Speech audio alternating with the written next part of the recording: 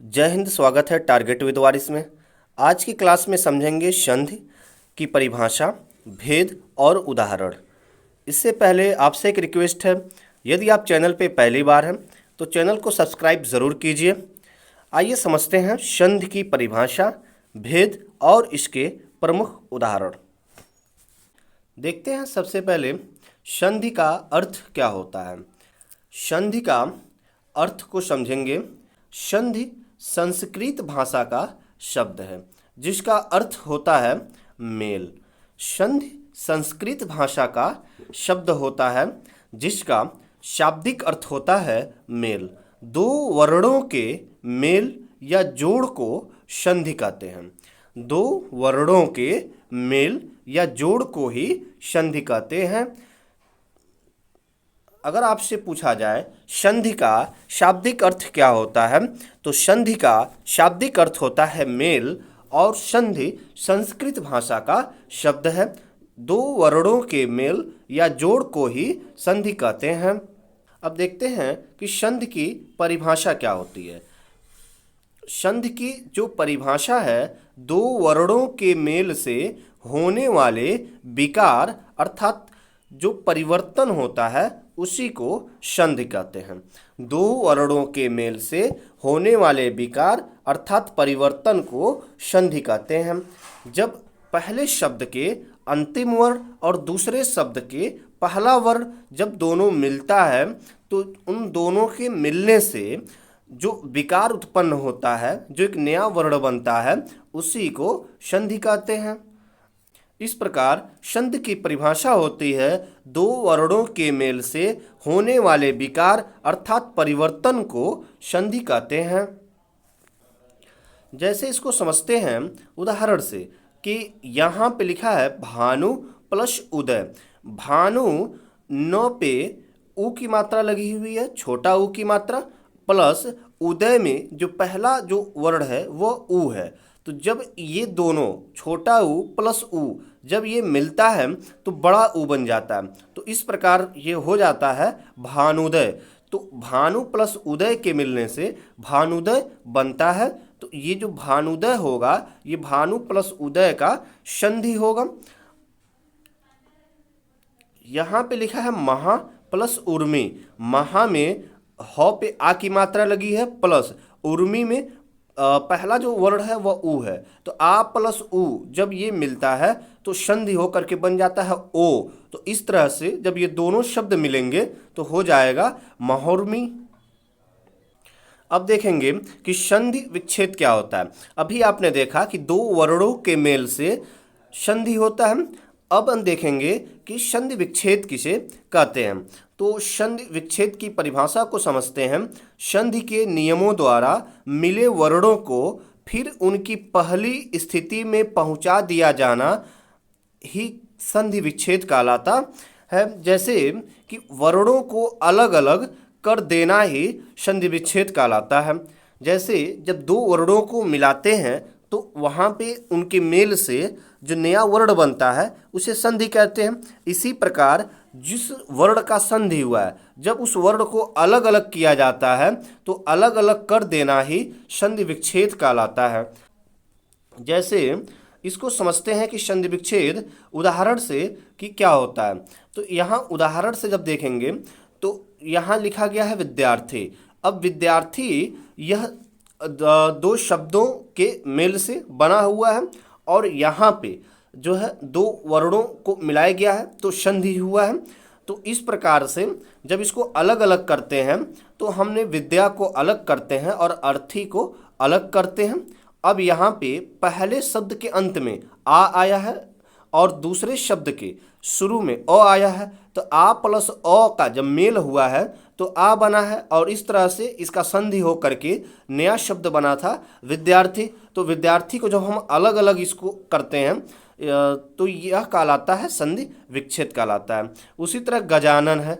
गजानन को जब अलग अलग करते हैं तो पहला शब्द होता है गज और प्लस आनन। तो आनन में आ और गज जो में अ का स्वर आ रहा है तो अ प्लस आ जब ये दोनों मिलता है तो आ बन जाता है। तो इस तरह से इसका मेल होकर के जो शब्द बना था वो गजानन हो गया था। तो गजानन को जब अलग अलग करते हैं, गज प्लस आनन, विद्यार्थी को अलग अलग करते हैं, विद्या प्लस अर्थी, तो यही जो है संधि विच्छेद कहलाता है। अब देखेंगे कि संधि के भेद कितने होते हैं। यहाँ पे संधि के जो भेद हैं वो 3 भेद होते हैं। संधि के 3 भेद होते हैं। पहला स्वर संधि, दूसरा व्यंजन संधि और तीसरा विसर्ग संधि होता है। संधि के 3 भेद होते हैं, संधि के 3 प्रकार होते हैं, स्वर संधि, व्यंजन संधि और विसर्ग संधि। अब एक एक करके स्वर संधि, व्यंजन संधि और विसर्ग संधि को हम पढ़ेंगे और इसके उदाहरण को समझेंगे और इसके नियम को भी जानेंगे। पहला देखते हैं कि स्वर संधि किसे कहते हैं। स्वर के साथ स्वर का मेल होने से जो विकार उत्पन्न होता है उसे स्वर संधि कहते हैं। जब स्वर का स्वर के साथ मेल होता है तो वहाँ पे स्वर संधि होता है। जैसे कि हम देखते हैं पहले शब्द का अंतिम वर्ण भी स्वर हो और दूसरे शब्द का जो पहला वर्ण है वो भी स्वर हो, जब ये दोनों ध्वनियाँ मिलती हैं तो यहाँ पे स्वर संधि होता है। उदाहरण से देखते हैं, लिखा है पर प्लस उपकार। अपर में र के साथ अ ध्वनि है और वहीं पे उपकार में पहला उ ध्वनि है, तो अ प्लस उ जब मिलेगा तो ओ बन जाएगा। तो इस तरह से ये हो जाएगा परोपकार। तो अ ए भी स्वर है, उ ए भी स्वर है, तो स्वर का स्वर के साथ मेल हो रहा है। तो इस प्रकार जो परोपकार में, इस प्रकार परोपकार स्वर संधि का उदाहरण होगा। उसी तरह पुस्तक है, पुस्तक क के अंत में कौन सी ध्वनि आ रही है, अ आ रही है, और आलय में आ है तो अ प्लस आ मिलके आ बन जाता है। तो इस तरह हो जाएगा पुस्तकालय। तो पुस्तकालय में कौन सी संधि होगी, स्वर संधि होगी। स्वर का स्वर के साथ मेल होगा तो स्वर संधि होगा। स्वर संधि के 5 भेद होते हैं। स्वर संधि के 5 प्रकार या 5 भेद होते हैं। पहला क्या होता है, दीर्घ संधि होता है। तो स्वर संधि के जो 5 भेद होते हैं उसमें पहला क्या होता है, दीर्घ संधि होता है। जब ह्रस्व या दीर्घ अ ई उ से परे क्रमशः ह्रस्व या दीर्घ अ ई उ आए तो दोनों के मेल से दीर्घ आ, बड़ी ई, बड़ा उ हो जाते हैं, उसे दीर्घ स्वर संधि कहते हैं। दीर्घ स्वर संधि का परिभाषा क्या कहता है कि जब अ ई उ के बाद फिर से पुनः इसका दीर्घ या स्वर अ ई उ आ जाए तो दोनों मिल करके हमेशा दीर्घ हो जाते हैं। जैसे आ, ई, उ हो जाते हैं, उसे दीर्घ स्वर संधि कहते हैं। उदाहरण से समझते हैं कि यहाँ पर समान स्वरों का मेल होता है। दीर्घ स्वर संधि में कैसा मेल होता है, समान स्वरों का मेल होता है। जैसे अ या आ में अ या आ ही जुड़ेगा, इसी तरह तो यह आ बन जाएगा। इस तरह ई, छोटी ई या बड़ी ई में छोटी ई या बड़ी ई जुड़ेगा तो बड़ी ई बन जाएगा।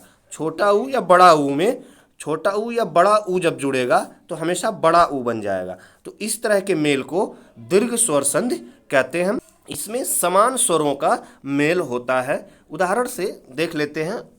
यहाँ पर सबसे पहले आप देखेंगे कि आ है, आ में अ मिला तो यह हमेशा आ होगा। उसी तरह अ में अ मिलेगा तब भी आ होगा, अ में आ मिलेगा तब भी आ होगा, और आ में आ मिलेगा तब भी आ होगा। अ को ह्रस्व स्वर संधि कहेंगे जबकि आ को दीर्घ स्वर संधि कहेंगे। तो दीर्घ में ह्रस्व समान स्वर मिलेगा तो हमेशा दीर्घ होगा। उसी तरह अगर ह्रस्व में ह्रस्व स्वर का मेल होता है तब भी दीर्घ होगा, ह्रस्व में दीर्घ का मेल होगा तब भी दीर्घ स्वर संधि होगा, और दीर्घ स्वर संधि में जब समान दीर्घ स्वर संधि का मेल होगा तभी दीर्घ होगा। जैसे यहाँ पर आप देख रहे हैं ई है, ई में छोटी ई ह्रस्व स्वर संधि में जब समान ह्रस्व स्वर संधि का मेल हो रहा है तो ये दीर्घ स्वर संधि बन जा रहा है, जैसे बड़ी ई। उसी तरह छोटी ई प्लस बड़ी ई मिलेगा तो भी बड़ी ई हो जाएगा, बड़ी ई में बड़ी ई मिलेगा तब भी बड़ी ई, और बड़ी ई में छोटी ई का जब मेल होगा तब भी बड़ी ई हो जाएगा। यह हमेशा दीर्घ होगा जब समान स्वर संधि का मेल होता है। ह्रस्व में दीर्घ या दीर्घ में ह्रस्व, ह्रस्व का ह्रस्व या दीर्घ का दीर्घ से मेल होगा। इसी प्रकार ऊ का ऊ के साथ मेल होगा तब भी दीर्घ ऊ हो जाएगा।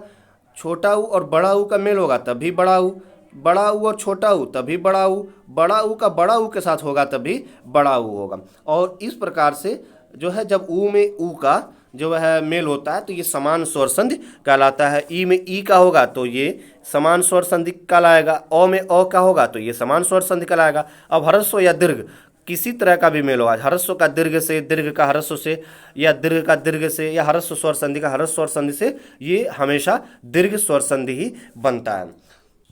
जैसे यहाँ पे दिया है कि विद्या प्लस अर्थे से मिलके क्या बना है, विद्यार्थी। अब विद्या के अंत में आ आता है और अर्थी के शुरू में अ आया है, तो आ प्लस अ मिल करके क्या बनेगा, आ बनेगा। ये आ क्या है, दीर्घ स्वर संधि है और ये ह्रस्व स्वर संधि है। जब दोनों का मेल होगा, दोनों समान स्वर हैं, तो ये बन जाएगा आप दीर्घ हो जाएगा। विद्या प्लस अर्थी जब मिलेगा तो बन जाएगा विद्यार्थी। इसी तरह सु प्लस उक्ति जब ये दोनों मिलेगा तो क्या बनेगा, तो सु में छोटा उ आया है और उक्ति में भी छोटा उ आया है, तो ह्रस्व स्वर संधि में समान ह्रस्व स्वर संधि का मेल हो रहा, तो ये दीर्घ हो जाएगा, उ हो जाएगा, तो ये बन जाएगा सुक्ति। तो इस तरह ये जो उदाहरण है ये दीर्घ स्वर संधि का उदाहरण है। स्वर संधि का अगला जो भेद होता है वो गुण संधि होता है। गुण संधि क्या होता है, यह अ या आ के आगे छोटी ई, बड़ी ई, छोटा उ या बड़ा उ और री स्वर आते हैं, तो इनके परस्पर मेल से ए, ओ और अर बन जाता है। इस मेल को गुण संधि कहते हैं। जब अ या आ के बाद ई, छोटा ई या बड़ी ई आए तो ए बन जाएगा, छोटा उ या बड़ा उ आएगा तो ओ बन जाएगा, री आएगा तो अर बन जाएगा, और इस मेल को गुण संधि कहते हैं। जैसे नियम देखते हैं, इसका सूत्र क्या होता है, यहां पे देख पा रहे हैं लिखा है अ। अब अ के आगे ई आया तो क्या बन गया, ए। उसी प्रकार अ के आगे बड़ी ई आएगा तभी क्या बनेगा, ए। आ आए ई तभी ए बनेगा, आ और बड़ी ई आए तभी ए बनेगा। तो अ या आ के बाद ई या छोटी ई या बड़ी ई आए तो ये हमेशा ए बन जाता है। उसी प्रकार से अ के बाद उ आए या अ के बाद बड़ा उ आए, और इसी तरह से आ के बाद छोटा उ आए या आ के बाद बड़ा उ आए, जब ये दोनों कंडीशन में ओ हो जाएगा। इसी तरह अ के बाद या आ के बाद री आता है तो ये अर बन जाता है। अ या आ के बाद छोटी ई या बड़ी ई आएगा तो ये ए बन जाएगा, छोटा उ या बड़ा उ आएगा तो ओ बन जाएगा, और री आएगा तो अर बन जाएगा। ये असमान स्वर का मेल होता है। जैसे अ और आ के बाद ई उ या री आता है तो ये असमान स्वर का मेल होता है इसमें, और ये क्रमशः ए, ओ और अर बन जाता है। यहाँ पे गुण संधि होता है। जैसे लिखा है महा प्लस ईश। अब महा प्लस ईश के मिलाने से क्या संधि होगा, तो महा में ह में कौन सा वर्ड आया, आ आया है, और ईश में शुरू में क्या आया है, ई आया है, बड़ी ई आया, तो आ प्लस ई जब मिलता है तो असमान स्वर का मेल हो रहा है और ये क्या बनेगा, ए बन जाता है, तो ये बन जाएगा महेश। ऊपर से ए की मात्रा लगाते हैं तो ये बन जाएगा महेश। इसी तरह जल प्लस उर्मी जब आता है तो जल में अ आया है, लौ के अंत में स्वर बड़ा उ आया है, तो जब अ और उ मिलेगा तो ओ बन गया है, तो इस तरह से हो गया है। ओ की मात्रा जब लगेगी तो बन जाएगा जल उर्मी। इसी तरह जो है महा प्लस ऋषि है। अब महा में आ और री जो है ऋषि का री जब दोनों मिलेगा तो अर बन जाएगा, और इस तरह से इसका उदाहरण हो जाएगा, संधि हो जाएगा महर्षि। तो ये जो सभी उदाहरण हैं ये गुण संधि के उदाहरण हैं। इसकी पहचान कैसे करते हैं कि ऊपर से जो है ए की मात्रा होती है सिंगल, ए की मात्रा होती है सिंगल मात्रा होती है, और महर्षि, देवर्षि, ये जो सभी उदाहरण हैं ये भी गुण संधि के उदाहरण होते हैं। तो आप शब्दों से भी जो है इसकी पहचान कर सकते हैं, बाकी नियम भी आपने समझ लिया है।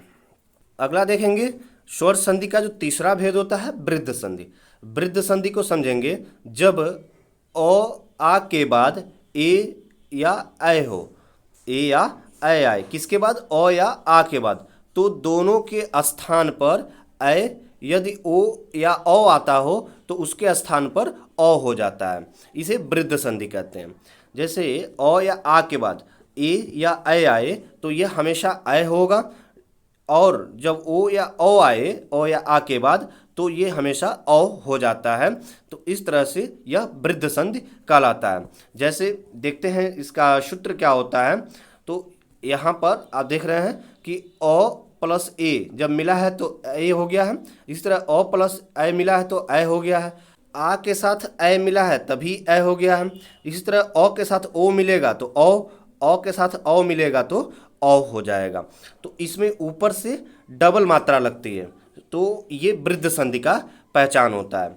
जैसे नियम क्या कहता है कि ओ या आ के बाद ए या ऐ आएगा तो ये हमेशा ऐ हो जाएगा, और ओ या आ के बाद ओ या ओ आएगा तो ये हमेशा ओ हो जाएगा। ऊपर से डबल मात्रा लगती है।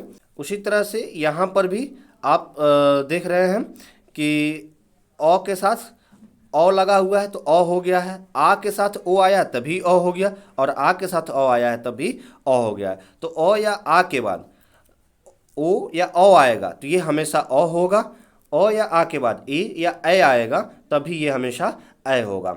तो इस तरह से ये वृद्ध संधि कहलाता है। इसमें ऊपर से डबल मात्रा लगती है, ये इसकी पहचान होती है। जैसे यहाँ पे लिखा हुआ है परम प्लस औषध। अब परम प्लस औषध को जब मिलाते हैं तो क्या संधि बनेगा? तो परम मौ में कौन सी स्वर लगी है? औ लगी है, और औषध में क्या है? औ है। तो औ प्लस औ मिलेगा तो क्या बन जाएगा? औ बन जाएगा। तो ये हो जाएगा परमौषध। क्या हो जाएगा? परमौषध हो जाएगा। इसी तरह महाधन ऐश्वर्य। अब महा में आ आया, ऐश्वर्य में ऐ आया। जब ये दोनों मिलेगा, आ प्लस ऐ दोनों मिलेगा तो क्या बन जाएगा?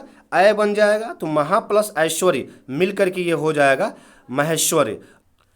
ऊपर से डबल मात्रा का प्रयोग किया गया है। तो वृद्ध संधि में हमेशा डबल मात्रा का प्रयोग ऊपर से होता है, जबकि गुण संधि में सिंगल मात्रा का प्रयोग होता है। तो ये इसकी पहचान हो गई। दीर्घ संधि में आ की मात्रा आएगा तो वो वहाँ पे दीर्घ संधि होगा। अब ये इसकी पहचान हो गई। आगे देखते हैं जो इसका चौथा भेद होता है स्वर संधि का। स्वर संधि का चौथा भेद देखेंगे। जब ई या बड़ी छोटी ई या बड़ी ई के बाद ई वर्ण के अतिरिक्त कोई अन्य स्वर आता है तो ई छोटी ई बड़ी ई के स्थान पर यो। यदि ऊ या ऊ बड़ा ऊ के बाद छोटा ऊ वर्ण के अतिरिक्त कोई अन्य स्वर आता है तो यह ओ, और री के अतिरिक्त कोई भी भिन्न स्वर आता है तो ये र हो जाता है। देखते हैं इसको समझेंगे नियम से। जैसे यहाँ पे दिया गया है कि यदि प्लस अपि है। अब यदि प्लस अपि जब इसको मिलाएंगे तो क्या होगा? तो यदि के अंत में क्या आया है? ई आया है। अब ई के बाद अगर ई छोटी ई या बड़ी ई को छोड़ के कोई भी स्वर आए तो ये यो बन जाएगा। तो ई के बाद क्या आया? अपी में अ आया है, तो ई प्लस अ जब मिलेगा तो यह यो हो जाएगा।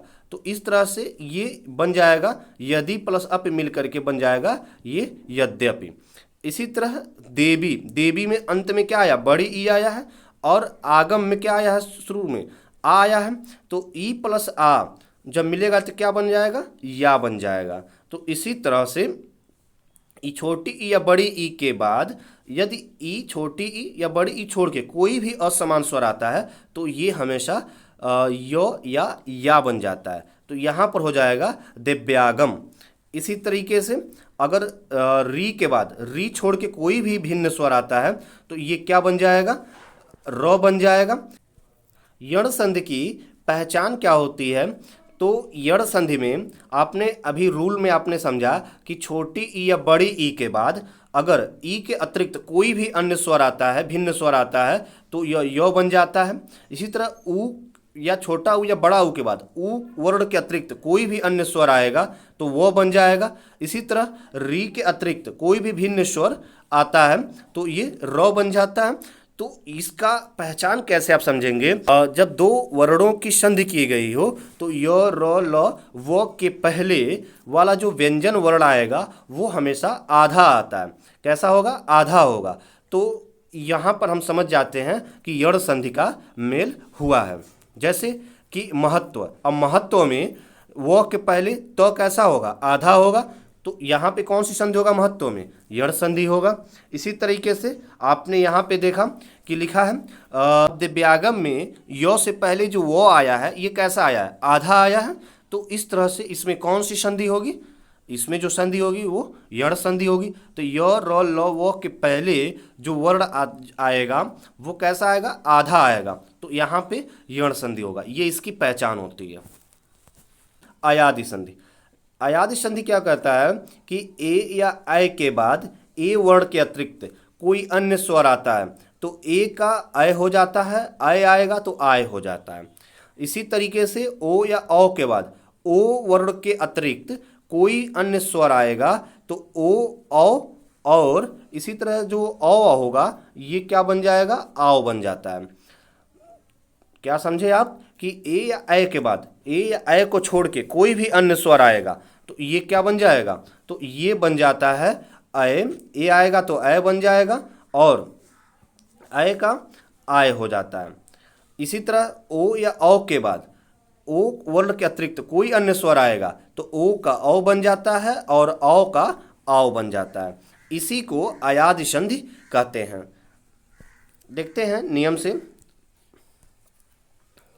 नियम ये है कि ए और अ मिलकर के आय हो जाता है। जैसे गय प्लस अक तो ये मिलकर बन गया गायक। अब गय में क्या आया है, आय की मात्रा है, और अक में अ की मात्रा है, तो दोनों असमान है कि नहीं है, और ये दोनों असमान स्वर हैं। तो एक यहाँ पे आय के बाद अ आया है तो ये बन जाएगा आय। इसी तरह से तो ये हो जाएगा गायक। 9 प्लस ईक है तो ये क्या बन गया, नाविक बन गया। अब 9 में औ आया और ईक में ई आया तो औ के बाद औ वाला वर्ण को छोड़ करके ई आया हुआ है, असमान स्वर है, तो औ प्लस ई जब मिलेगा तो बन जाएगा आओ। तो इस तरह से ये हो जाएगा नाविक। क्या हो जाएगा, नाविक हो जाएगा। तो यहाँ पे अयादि संधि हो गया है।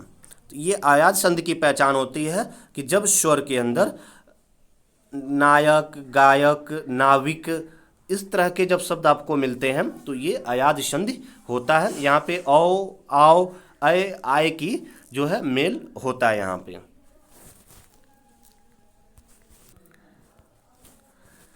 संधि का जो दूसरा भेद होता है मुख्यतः वो व्यंजन संधि होता है। तो स्वर संधि के बाद व्यंजन संधि आता है। व्यंजन के बाद किसी स्वर या व्यंजन के आने से उस व्यंजन में जो परिवर्तन होता है वह व्यंजन संधि कहलाता है। व्यंजन संधि की परिभाषा होती है कि व्यंजन के बाद किसी स्वर या व्यंजन के आने से उस व्यंजन में जो परिवर्तन होता है वो व्यंजन संधि कहलाता है। यहाँ पे व्यंजन पहले वर्ण के अंत में व्यंजन होगा और दूसरे वर्ण के शुरू में या तो स्वर होगा या व्यंजन होगा, दोनों में से कुछ भी हो सकता है। तो जब व्यंजन में स्वर का मेल होता है तभी व्यंजन होगा, व्यंजन में व्यंजन का मेल होगा तभी व्यंजन संधि होगा। तो यही परिभाषा है कि व्यंजन के बाद किसी स्वर या व्यंजन के आने से उस व्यंजन में जो परिवर्तन होता है वो व्यंजन संधि कहलाता है। जैसे देखते हैं यहाँ पे लिखा है जगत प्लस नाथ। तो जगत प्लस नाथ, अब जगत में तो आया है अंत में और तो के नीचे हलंत लगा है। इसका तात्पर्य क्या है कि ये केवल व्यंजन है।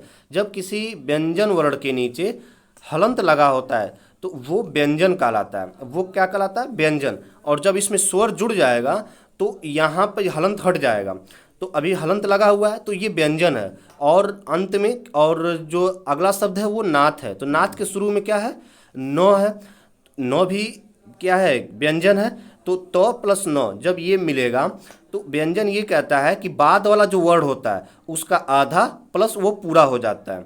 तो इस तरह से नौ का पहले आधा होगा फिर नौ पूरा हो जाएगा तो ये बन जाएगा जगन्नाथ। इसी तरह से सत प्लस चरित्र है। अब शुरू में क्या है, ये यहाँ पे व्यंजन है, हलंत लगा हुआ है, तो चौ का पहले आधा होगा फिर चौ पूरा हो जाएगा। तो इस तरह से ये बन जाएगा सच्चरित्र। तो ये व्यंजन संधि कहलाता है। व्यंजन संधि में पहले व्यंजन आएगा, उसके बाद व्यंजन या स्वर कुछ भी आएगा, तो जब इसका मेल होगा तो ये बन जाएगा व्यंजन संधि। और व्यंजन संधि में जो है जो बाद वाला वर्ड होता है उसका आधा प्लस वही फिर पूरा हो जाता है। तो इसी तरह जगन्नाथ में नौ पहले आधा हुआ, फिर नौ पूरा हो गया, जगन्नाथ बन गया। इसी तरह सत प्लस चरित्र में जब सत ये तो जब व्यंजन वाला सत तो आ गया, हलंत आ गया, तो फिर ये बन गया चौ का आधा और फिर चौ पूरा, तो ये बन के इसका मेल हो गया सच्चरित्र। तो ये जो उदाहरण है ये व्यंजन संधि कहलाता है। अगला जो है विसर्ग संधि। विसर्ग संधि को समझते हैं। जो तीसरा भेद होता है संधि का कि विसर्ग के बाद स्वर अथवा व्यंजन के आने से विसर्ग में जो परिवर्तन होता है वह विसर्ग संधि कहलाता है। जैसे यहाँ पे समझते हैं कि लिखा है कि निह प्लस छल। अब नी के बाद जो डबल बिंदी आई हुई है यही विसर्ग की चिन्ह होता है। तो निह प्लस छल जब मिलेगा तो ये हो जाएगा निश्छल। इसी तरह बही प्लस मुख, जो बही प्लस मुख जब ये मिलेगा तो क्या बन जाएगा बहिर्मुख। तो ये जब आपको विसर्ग दिख जाए जो है तो वहाँ पर विसर्ग संधि होता है। तो इस तरह से आपने संधि के परिभाषा, उसके अर्थ, उसके सभी प्रकार और उसके भेद को आपने समझा, नियम को जाना, उसकी पहचान को आपने समझ लिया है। आशा करते हैं ये क्लास आपको काफ़ी अच्छा लगा होगा। चैनल को यदि आपने अभी तक सब्सक्राइब नहीं किया तो सब्सक्राइब ज़रूर कीजिए। मिलते हैं अगले क्लास में। जय हिंद, शुक्रिया।